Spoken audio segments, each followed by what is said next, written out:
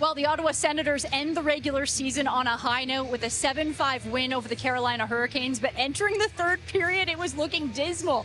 The Senators were down 5-3. Marc, where do you think the spark was created, and what kind of a reaction did they have in the final frame? Well, it wasn't a great performance, particularly in that second period. I thought Ullmark looked a little shaky at times, but he makes up for it heading into that third period. And it's Kotkaniemi with an opportunity right down here by the net. And watch Ullmark on this save. Boom, huge glove save, kept Ottawa in the game, if you will. Still 5-3, granted, at this point. But then Ottawa goes to work afterwards, right? And it's Adam Gaudette right off this one face-off draw by Tim Stützle. Set play on this off wing, gets to bury that one. And then later on, game-tying goal here. Drake Batherson on the power play, 25th of the season. Great work there from Zetterlund. And then they go to work again on the PP.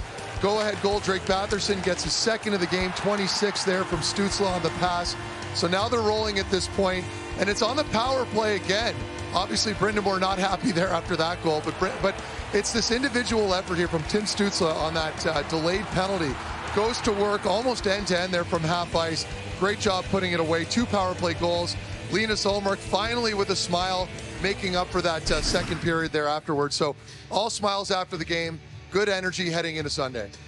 Ottawa Senators fans have been through a lot over the last 8 years, and it's almost been like a crescendo since they clinched that spot these last couple of games in the regular season. How are you sensing the excitement level rising here? And also, how do you think the players should harness it?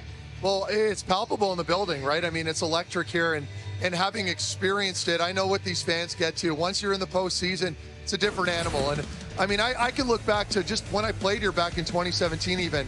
Fans were gathering at the airport, greeting us as we'd land. And whether it was a win or a loss, they were there and they had our backs. And so Elgin Street downtown in Ottawa shuts down. All the bars are opened up. There's a lot of energy. It's so easy to get up for those games as a player, and it's going to be a treat for these guys behind us. Sens Mile is back. Now, they face the Toronto Maple Leafs in the first round of the playoffs. They swept the Leafs in the regular season. Does that matter at all? How do you think this matchup's going to work? Well, it matters from a confidence perspective, right? You know you can do it. But the only difference here is that Ottawa has no playoff experience with their core guys. Sure, they brought in some players, the older guys. But if you look at the graph here, yeah, they get the sweep on the season. They held Toronto to those 3 goals against. Granted, Austin Matthews wasn't playing in one of those games. But for me, playoff games right down there at the bottom, that's the big indicator. Ottawa obviously does not have the experience that Toronto has. Now, you're hoping that perhaps they're a little naive. They're just going to go in it. They're not going to look at their cell phones. No distractions, perhaps. But it really will come down to goaltending. Ottawa's penalty kill, Toronto's power play, playing discipline, all those things that we like to say, all the buzzwords in hockey. But really, it's doable. I just think that, again, they're going to have to be focused, eliminate those distractions, stay off social media altogether, and just focus on the task. Well, the first 2 games will be in Toronto on Sunday and Tuesday, and then the Ottawa Senators and Toronto Maple Leafs will be back at the Canadian Tire Centre for Game 3 on Thursday.